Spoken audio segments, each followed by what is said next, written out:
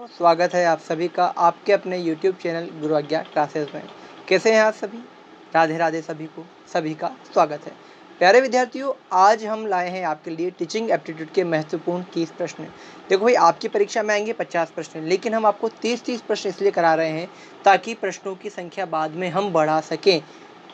इसलिए 30 प्रश्नों को जब आप सोल्व करेंगे तो इससे आपको एक बेस मिलेगा, एक आधार तैयार होगा। एक साथ अगर 50 प्रश्न आपसे करवाए जाएंगे तो थोड़ा सा क्या होता है कि हम प्रश्नों में उलझ जाते हैं, प्रश्नों का संख्या अधिक होने से, इसलिए कम रखी गई है। जैसे जैसे दिन नज़दीक आएंगे हम प्रश्नों की संख्या को भी क्या करेंगे, बढ़ा देंगे। तो शुरुआत करते हैं आज टीचिंग एप्टीट्यूड की मॉडल पेपर संख्या 7 का। बिल्कुल तैयार हो जाइए, चैनल को सब्सक्राइब कर दीजिएगा नहीं किया है, क्लास को लाइक कर दीजिए और शेयर कर दीजिए, साथ ही कमेंट कर दीजिए राधे राधे का। ये देखिए आपके सामने प्रश्न संख्या 1 प्यारे विद्यार्थियों। प्रश्न संख्या 1 में पूछा गया है प्यारे विद्यार्थियों कि मौखिक संचार में संचार के माध्यम से संदेश देना शामिल है। मौखिक संचार में फिर आपको रिक्तस्थान दिया है, संचार के माध्यम से संदेश देना शामिल है। संदेश देना शामिल है व्यक्तिगत उपस्थिति और मौखिक रूप से, मौखिक और लिखित दोनों रूपों से, लिखित और चेहरे की अभिव्यक्ति से, और मौखिक और नेत्र संपर्क। तो मौखिक संचार में जो होता है प्यारे विद्यार्थियों, मौखिक और लिखित दोनों ही तरह से संदेश देना क्या है, शामिल किया जाता है। तो विकल्प बी जो है वह आपके प्रश्न संख्या 1 का बिल्कुल सही उत्तर है। मौखिक संचार में लिखित और मौखिक दोनों ही रूपों को क्या किया जाता है, शामिल किया जाता है। बढ़ते हैं प्रश्न संख्या 2 की ओर। प्रश्न संख्या 2 में पूछा गया है प्यारे विद्यार्थियों कि संचार की प्रक्रिया के दौरान बाधा, दोषपूर्ण भाव, खराब अनुवाद, अस्पष्ट शब्द और अनुपयुक्त शब्दावली का निर्माण करती है। क्या निर्माण करती है? कौन सी अशुद्धि का निर्माण करती है? शारीरिक का, सामाजिक सांस्कृतिक का, मनोवैज्ञानिक दोष का, या भाषा संबंध का? तो भाई संचार की प्रक्रिया के दौरान दोषपूर्ण भाव, खराब अनुवाद, अस्पष्ट शब्द और अनुपयुक्त शब्दावली किसकी है? भाषा संबंधी होगी। किसमें होगी? भाषा संबंधी। किसको बताएगी? ये अशुद्धियों को बताएगी। इस प्रक्रिया में संचार में जो बाधा है वह भाषा संबंधी है। तो विकल्प सी जो है वह आपके प्रश्न संख्या 2 का बिल्कुल सही उत्तर है। बढ़ते हैं प्यारे विद्यार्थियों अगले प्रश्न संख्या 3 की ओर। प्रश्न संख्या 3 में देखिए कि किस प्रकार का संचार एक संगठन के भीतर व्यक्तियों और समूहों को स्थापित संगठनात्मक लक्ष्यों को प्राप्त करने के लिए संवाद करने में सहायता करता है। भाई, एक संगठनात्मक लक्ष्यों को प्राप्त करने के लिए किस प्रकार का जो संवाद है वह सहायता करता है? भाई, संगठन है तो अंतर्व्यक्तिक संचार होगा क्या? क्योंकि अंतर्व्यक्तिक अंतर में होगा, नहीं होगा। पराव्यक्ति नहीं होगा, लघु समूह नहीं होगा, क्योंकि संगठन बड़ा है तो संगठनात्मक संचार ही।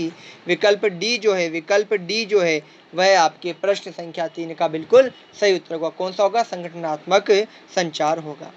बढ़ते हैं प्रश्न संख्या 4 की ओर। प्रश्न संख्या 4 में पूछा गया है विद्यार्थियों, शिक्षण प्रभावी नहीं है। शिक्षण कब प्रभावी नहीं है? 4 स्थितियां दी गई है विकल्पों के रूप में, तो कौन सा होगा बताओ? छात्र सक्रिय रूप से शामिल है, ये होगा। यह सुनियोजित है, यह होगा। विभिन्न परिस्थितियों को विभिन्न तकनीकों के साथ अनुकूलित किया जा सकता है, ये होगा। या संचार प्रभावी रूप से पारस्परिक नहीं है। तो भाई, शिक्षण प्रभावी कब नहीं होगा? जब विभिन्न परिस्थितियों को विभिन्न तकनीकों के साथ अनुकूलित किया जाता है तब होगा। या छात्र सक्रिय रूप से, तो संचार प्रभावी रूप से पारस्परिक नहीं है। बताओ क्या होगा भाई? शिक्षण प्रभावी कब नहीं होगा? छात्र सक्रिय रूप से शामिल होंगे तो शिक्षण प्रभावी होगा क्या? यह सुनियोजित है, पहले से सुनियोजित है। विभिन्न परिस्थितियों को विभिन्न तकनीकों के साथ अनुकूलित किया जाता है तब। या संचार प्रभावी रूप से पारस्परिक नहीं है। तो विकल्प डी जो होगा वह आपके प्रश्न संख्या 4 का सही उत्तर होगा, क्योंकि संचार प्रभावी रूप से पारस्परिक नहीं है, यह शिक्षण को प्रभावी नहीं करेगा। बढ़ते हैं अगले प्रश्न संख्या 5 की ओर। STEM पाठ्यक्रम क्या है? भाई, क्या है STEM पाठ्यक्रम? STEM science technology education and mathematics है, science teaching evaluation and mathematics है, science technology engineer and mathematics है, या sociology technology education and mathematics है। तो प्यारे विद्यार्थियों, STEM जो है वह आपके science technology engineering and mathematics है। विकल्प सी जो है वह आपके प्रश्न संख्या 5 का बिल्कुल परफेक्ट और सही उत्तर है। बढ़ते हैं अगले प्रश्न संख्या 6 की ओर। प्रश्न संख्या 6 में देखिए, निर्देशन का अर्थ व्यवसाय में सहायता देना है।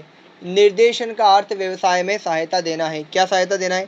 समस्या के समाधान के लिए, व्यवसाय के चयन के लिए, व्यवसायिक समायोजन के लिए या नेतृत्व करने में। तो देखो प्यारे विद्यार्थियों, निर्देशन का व्यवसाय में चयन करने में सहायता देता है। निर्देशन से क्या होता है? आपको व्यवसाय चयन करने में क्या होती है? सहायता मिलती है। तो विकल्प संख्या बी जो है प्रश्न संख्या 6 का सही उत्तर है। बढ़ते हैं प्यारे विद्यार्थियों प्रश्न संख्या 7 की ओर।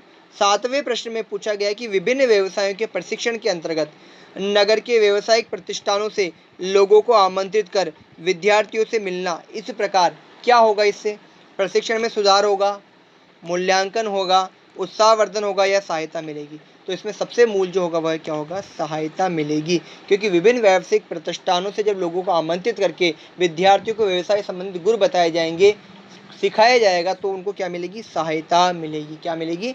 सहायता मिलेगी। तो विकल्प डी जो है वह प्रश्न संख्या 7 का सही उत्तर है। बढ़ते हैं प्यारे विद्यार्थियों प्रश्न संख्या 8 की ओर। 8वें प्रश्न में पूछा गया है कि शिक्षण व्यवसाय के लिए आवश्यक है। क्या आवश्यक है? अध्ययन में रुचि होनी चाहिए, आकर्षक व्यक्तित्व होना चाहिए, व्यक्ति गोरे रंग का होना चाहिए या स्पष्ट अभिव्यक्ति होनी चाहिए। तो शिक्षण व्यवसाय के लिए जो सबसे आवश्यक तत्व है वह है क्या है? अध्ययन में रुचि। अगर रुचि ही नहीं है तो वह शिक्षण व्यवसाय को नहीं सीख पाएगा। तो विकल्प ए जो है प्रश्न संख्या 8 का सही उत्तर है। बढ़ते हैं प्रश्न संख्या 9 की ओर। प्रश्न संख्या 9 में पूछा गया है सतत मूल्यांकन प्रणाली अपनाने की बात क्यों प्रारंभ की गई? क्या कारण रहा कि सतत प्रणाली, मूल्यांकन प्रणाली, जिसको सीसीई कहा जाता है, को अपनाने की बात क्यों कही गई? विद्यार्थियों को अंकों का लाभ पहुंचाने के लिए, अध्यापकों को सावधान करने के लिए, बालकों को वर्ष भर निरंतर अध्ययन करने की प्रेरणा देने के लिए या बालकों को परीक्षा देना सुगम बनाने के लिए? तो भाई बालक साल भर पढ़े तो उसको प्रेरणा देने के लिए सीसीई यानी सतत मूल्यांकन प्रणाली की क्या कही गई है? प्रारंभ की गई है। तो विकल्प सी जो है प्रश्न संख्या 9 का सही उत्तर है। बढ़ते हैं प्रश्न संख्या 10 की ओर प्यारे विद्यार्थियों। 10वें प्रश्न में पूछा गया है कि निम्नलिखित में से कौन सा समग्र एवं सतत मूल्यांकन का उद्देश्य नहीं है? कौन सा है जो सतत एवं समग्र एवं सतत मूल्यांकन का उद्देश्य नहीं है? भाई इसमें बोधात्मक, मनोप्रेरक और भावनात्मक कौशलों के विकास में सहायता करना है, बिल्कुल है। अध्यापन एवं अधिगम प्रक्रिया को शिक्षक केंद्रित कार्यकलाप बनाना है, भाई बिल्कुल नहीं। शिक्षक केंद्रित नहीं बनाना, छात्र केंद्रित बनाना है। तो विकल्प बी जो है वह इसका सही उत्तर है, क्योंकि यह समग्र एवं सतत मूल्यांकन का उद्देश्य नहीं है। बाकी सीओडी को देखिए, याद रखने पर बल देने के बदले सीखने की प्रक्रिया पर बल देता है, छात्रों को सीखने की प्रक्रिया और परिवेश के बारे में उपयुक्त निर्माण करता है। ठीक है, तो विकल्प बी जो है वह इसका उद्देश्य नहीं, किसका? समग्र एवं सतत मूल्यांकन का। बढ़ते हैं प्रश्न संख्या 11 की ओर। 11वें प्रश्न में पूछा गया है कि प्राचार्य को अध्यापक के कार्य का मूल्यांकन करना चाहिए, छात्रों की राय लेकर करना चाहिए, सहयोगी अध्यापकों की राय से, स्वयं निरीक्षण करके या कलाकार नहीं? तो भाई बात ऐसी है कि स्वयं को ही करना चाहिए। किसको करना चाहिए? स्वयं प्रधानाचार्य को करना चाहिए, स्वयं प्राचार्य को करना चाहिए। तो विकल्प सी जो है आपके प्रश्न संख्या 11 का बिल्कुल सही उत्तर होगा। बढ़ते हैं अगले प्रश्न संख्या 12 की ओर। प्रश्न संख्या 12 देखिए, प्रधानाध्यापक को अपने साथी अध्यापकों से सहयोग प्राप्त करने के लिए उपाय करने चाहिए। प्रधानाध्यापक को अपने साथी अध्यापकों से सहयोग प्राप्त करने के लिए उपाय करने चाहिए। क्या? कि शैक्षिक क्षेत्र में उसे अपने अध्यापकों का मार्गदर्शन करना चाहिए, अपने साथी अध्यापकों के साथ उसे निष्पक्ष रहना चाहिए, अपने साथियों के उपयुक्त सुझावों को उसे आदर करना चाहिए या अपने साथी अध्यापकों के सामने अपना आदर्शमय चरित्र तथा उदाहरण प्रस्तुत करना चाहिए। तो भाई प्रधानाध्यापक को अपने साथी अध्यापकों को सहयोग प्राप्त करने के लिए क्या करना चाहिए? उसे अपने अध्यापकों को मार्गदर्शन देना चाहिए। वे मार्गदर्शन देगा तभी तो अध्यापक उसको सुनेंगे, समझेंगे, उसके बताए राह पर चलेंगे और फिर क्या करेंगे? प्रधानाध्यापक को सहयोग प्रदान करेंगे। तो विकल्प ए जो है वह प्रश्न संख्या 12 का बिल्कुल सही उत्तर है। बढ़ते हैं 13वें प्रश्न की ओर। 13वें प्रश्न में पूछा है कि माता पिता की उपेक्षा का बालक के मन पर गहरा प्रभाव पड़ता है, क्यों? क्या कारण है? माता पिता अगर बालक की उपेक्षा करते हैं तो उसका बालक के मन पर गहरा प्रभाव पड़ता है, क्या कारण है? बालक का हृदय कोमल होता है, यह कारण है। बालक भावुक होता है, यह है। बालक में परिपक्वता का अभाव होता है या बालक माता पिता के स्नेह की अपेक्षा करता है। बालक अपने माता पिता से हमेशा स्नेह और प्रेम की अपेक्षा करता है, लेकिन जब वे उसकी उपेक्षा करते हैं, माफ़ कीजिएगा, तो वह बालक के लिए क्या है? उसके मन पर गहरा प्रभाव पड़ता है। तो विकल्प डी जो है वह प्रश्न संख्या 13 का बिल्कुल सही उत्तर है। बढ़ते हैं प्रश्न संख्या 14 की ओर। इसमें पूछा गया है विद्यार्थियों, आपने अध्यापन का पेशा चुना है, आपके छात्रों में यदि कुछ छात्र फेल हो जाते हैं तो इसका क्या कारण मानेंगे? क्या कारण बताएंगे इसका? कि फेल होने का कारण छात्रों की लगन के साथ पढ़ाई नहीं करना है, परीक्षा में प्रश्न पत्र कठिन आ गया है, छात्रों में आप अपने विषय को रोचक बनाने तथा पूरी तरह स्पष्ट करने में असमर्थ रहे या फेल होने वाले छात्र मंदबुद्धि थे। तो भाई स्वयं की गलती एक्सेप्ट करना कि आप एक तो विषय को रोचक नहीं बना सके और पूरी तरह स्पष्ट करने में असमर्थ रहे। तो विकल्प सी जो है प्रश्न संख्या 14 का बिल्कुल सही उत्तर है। आ लीजिए, जल पी लीजिए प्यारे विद्यार्थियों। बढ़ते हैं प्रश्न संख्या 15 की ओर।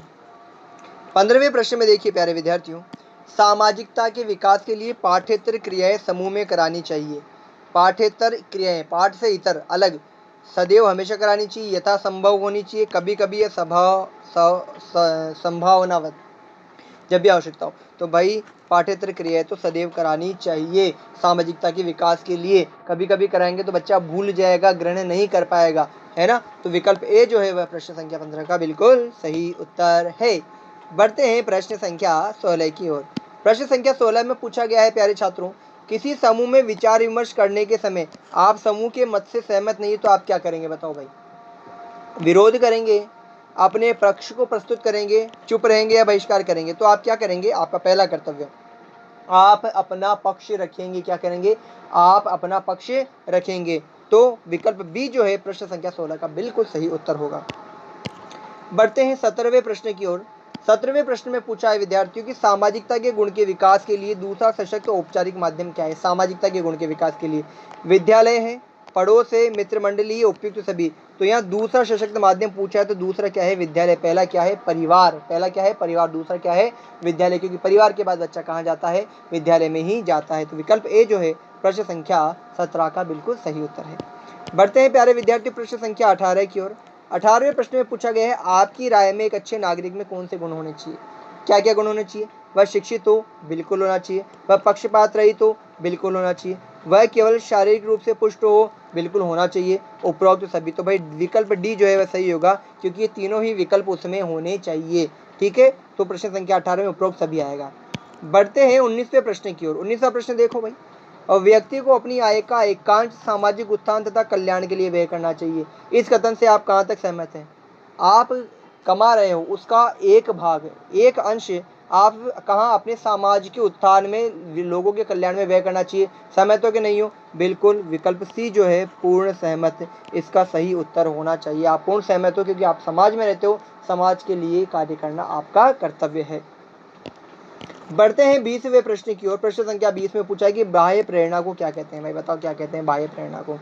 नकारात्मक प्रेरणा, व्यक्तिगत प्रेरणा, सकारात्मक प्रेरणा या सामाजिक प्रेरणा। नोट कर लीजिए, बाह्य प्रेरणा को नकारात्मक प्रेरणा कहते हैं। बाह्य प्रेरणा को कौन सी प्रेरणा कहते हैं, नकारात्मक प्रेरणा कहते हैं। तो प्रश्न संख्या 20 में विकल्प संख्या ए आपके सही उत्तर है। बढ़ते हैं 21वें प्रश्न की ओर। एक विचार अथवा अवधारणा के निर्माण में उपयुक्त वैचारिक प्रक्रिया जो नई, मौलिक तथा उपयोगी क्या कहलाती है। एक विचार तथा अवधारणा के निर्माण में उपयुक्त वैचारिक प्रक्रिया जो नई हो, मौलिक हो और उपयोगी हो, उसको क्या कहेंगे आप। सृजनात्मकता कहेंगे, उपलब्धि कहेंगे, बुद्धि कहेंगे, व्यक्तित्व कहेंगे। विकल्प ए सृजनात्मकता कहेंगे। क्या कहेंगे, सृजनात्मकता। क्योंकि जो नई, मौलिक और उपयोगी वैचारिक प्रक्रिया से जो विचार आता है वह क्या कहलाएगा, आपके सृजनात्मक कहलाएगा। तो प्रश्न संख्या 21 का विकल्प ए जो है वह सही आंसर है। बढ़ते हैं 22वें प्रश्न की ओर। प्रश्न संख्या 22 में पूछा गया है, बीएफ स्किनर का अधिगम सिद्धांत मुख्यतः प्रयोगशाला प्रयोगों पर आधारित था, जबकि हल का सिद्धांत किस पर आधारित था भाई। परिकल्पनाओं पर था, गणितीय गणनाओं पर था, प्रयोगशाला से बाहर किए गए प्रयोग पर था या सामाजिक अधिगम पर था। तो भाई जो हल का सिद्धांत था ना, तो हल किस में होता है, आपके गणित में होता है। याद कर लेना, गणितीय गणनाओं पर था। किस पर था, गणितीय गणनाओं पर था। विकल्प बी जो है प्रश्न संख्या 22 का बिल्कुल सही उत्तर है। बढ़ते हैं 23वें प्रश्न की ओर। निम्नलिखित में से कौन सा अधिगम का निर्मितिवाद विचार नहीं है, पूछा है, ध्यान रखना, नहीं है। अधिगम वैसा का वैसा संप्रत्यात्मक स्कीमा है। अधिगम एक सक्रिय अर्थ निर्माण प्रक्रिया है। नया अधिगम कर्ता से पूर्व अधिगम पर आधारित होता है। अधिगम सामाजिक अंतरक्रिया द्वारा सुगम होता है।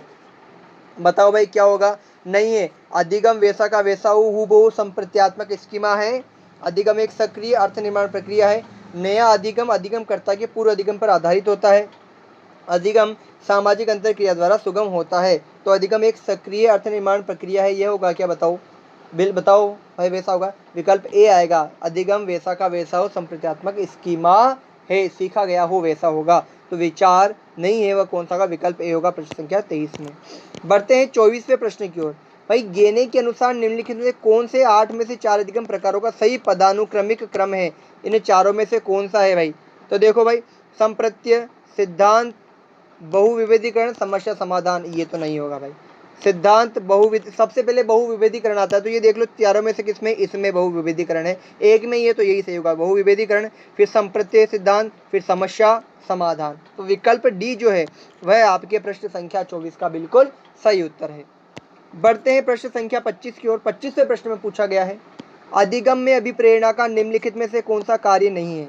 अधिगम में अभिप्रेरणा का, तो भाई क्या करता है ये, जीवन को क्रमहीन तरीके से गतिमान करने से, क्रमहीन नहीं भाई, ये ही गलत है, यही कार्य नहीं करता, यह क्रमहीन तरीके से नहीं होता भाई। जीव के व्यवहार को ऊर्जा प्रदान करना बिल्कुल सही है। जीव के व्यवहार को निर्देशित और नियंत्रित करना, यह भी बिल्कुल सही है। जीव की क्रिया को चयनित ध्येय की तरफ निर्देशित करना सही है। तो विकल्प ए जो है प्रश्न संख्या 25 का सही उत्तर है, क्योंकि यह अधिगम में अभिप्रेरणा का कार्य नहीं है। बढ़ते हैं 26वें प्रश्न की ओर। भाई 26वें प्रश्न में पूछा है, निम्नलिखित में से कौन सी अधिगम की सही विशेषता नहीं है। तो भाई अधिगम कोई परिणाम न होकर एक प्रक्रिया है। अधिगम प्रक्रिया सदैव उद्देश्यपूर्ण होती है। अधिगम अभ्यास, प्रशिक्षण तथा अनुभव पर आधारित होता है। मूल प्रवृत्ति तथा प्रतिक्षेपी क्रिया की वजह से व्यवहार में आया परिवर्तन अधिगम है। तो भाई देखो, अधिगम कोई परिणाम न होकर प्रक्रिया है, यह तो सही है। अधिगम प्रक्रिया सदैव उद्देश्यपूर्ण होती है, ये भी सही है। अधिगम अभ्यास, प्रशिक्षण तथा अनुभव पर आधारित होता है, यह भी सही है। मूल प्रवृत्ति तथा प्रतिक्षेपी क्रिया की वजह से व्यवहार में आया परिवर्तन अधिगम है, ये गलत है भाई। मूल प्रवृत्ति से नहीं आता, सीख कर आता है। बढ़ते हैं 27वें प्रश्न की ओर। कूट मिलान का है भाई, विद्यालय में नेतृत्व संबंधी सही पदानुक्रम क्या है, नीचे से ऊपर की ओर। सबसे पहले क्या आएगा आपके, छात्र, फिर क्या आएगा, अध्यापक, फिर क्या आएगा, पर्यवेक्षक, और सबसे ऊपर क्या आता है, प्रधानाचार्य। तो भाई 4 3 2 1, सबसे पहले प्रधानाचार्य, फिर पर्यवेक्षक, फिर अध्यापक, और सबसे नीचे क्या आएगा आपके, छात्रकूट। तो विकल्प देखो भाई सी को देख लो, विकल्प सी जो है 4 3 2 1 यह बिल्कुल सही है। विकल्प सी आपके प्रश्न संख्या 27 का सही उत्तर है। 28वें प्रश्न में देखो प्यारे विद्यार्थियों, नेतृत्व सिद्धांत के संबंध में निम्न में से कौन सा युग्म सम्मिलित है। रचनात्मक क्षमता का अभाव सिद्धांत एक्स है। दबाव द्वारा व्यक्ति को नियंत्रित करना सिद्धांत वाई नहीं है भाई। नेता व्यवहार तथा परिस्थिति के अंतर प्रक्रिया संपर्क परक सिद्धांत गलत। नेता व्यक्तित्व गुण व्यवहार सिद्धांत की आवश्यकता गलत। भाई रचनात्मक क्षमता का अभाव सिद्धांत एक्स है, यह बिल्कुल सही है। प्रश्न संख्या 28 में विकल्प ए जो है वह आपके बिल्कुल सही उत्तर है। बढ़ते हैं 29वें प्रश्न की ओर। इसमें पूछा गया है, नेतृत्व के किस सिद्धांत में यह कहा गया है कि नेता अपने अवर अधिकारियों के कार्य लक्ष्यों, अपने व्यक्तिगत और लक्ष्यों को प्राप्त करने के लिए मार्ग के प्रत्येक क्षण को किस प्रकार प्रभावित करता है। भाई किस प्रकार प्रभावित करता है, स्थितिपरक सिद्धांत, मानकी त्रिआयामी या मार्ग लक्ष्य सिद्धांत। तो किस प्रकार प्रभावित करता है, मार्ग लक्ष्य सिद्धांत के द्वारा। किसके द्वारा, विकल्प डी जो है वह प्रश्न संख्या 29 का बिल्कुल सही उत्तर है। बढ़ते हैं अंतिम प्रश्न, प्रश्न संख्या 30 की ओर। नेतृत्व मापन के किस उपकरण का वर्णन मैनेजमेंट ऑफ ऑर्गेनाइजेशनल बिहेवियर नामक पुस्तक में किया गया है। किसका, द लीडर ऑपिनियन, केश नायर का नहीं है भाई। सुपरवाइजरी बिहेवियर डिस्क्रिप्शन, ये नहीं है। Leader effectiveness and adaptability description, ये सही है भाई। जो आपके मैनेजमेंट ऑफ ऑर्गेनाइजेशनल बिहेवियर नामक पुस्तक है उसमें नेतृत्व मापन के लीडर इफेक्टिवनेस एंड एडेप्टिबल डिस्क्रिप्शन का क्या किया गया है, पुस्तक का विमोचन किया गया है, उपकरण का वर्णन किया गया है भाई। तो विकल्प सी जो है प्रश्न संख्या 30 का सही उत्तर है। तो प्यारे विद्यार्थियों, आज की कक्षा में हमने महत्वपूर्ण प्रश्नों को हल किया। प्रश्न आपके इस तरह के थे, थोड़े इस तरह से हाई भी थे, क्योंकि इस प्रकार के प्रश्न भी पूछे जाते हैं। तो हम हर स्तर के बच्चों के लिए हर स्तर के प्रश्न जो परीक्षा में पूछे जा सकते हैं उस प्रकार का लेवल तैयार करके आपके लिए प्रश्न लाते हैं। कक्षा में लगातार बने रहिए। मिलते हैं अपनी अगली कक्षा में, तब तक के लिए राधे राधे, धन्यवाद।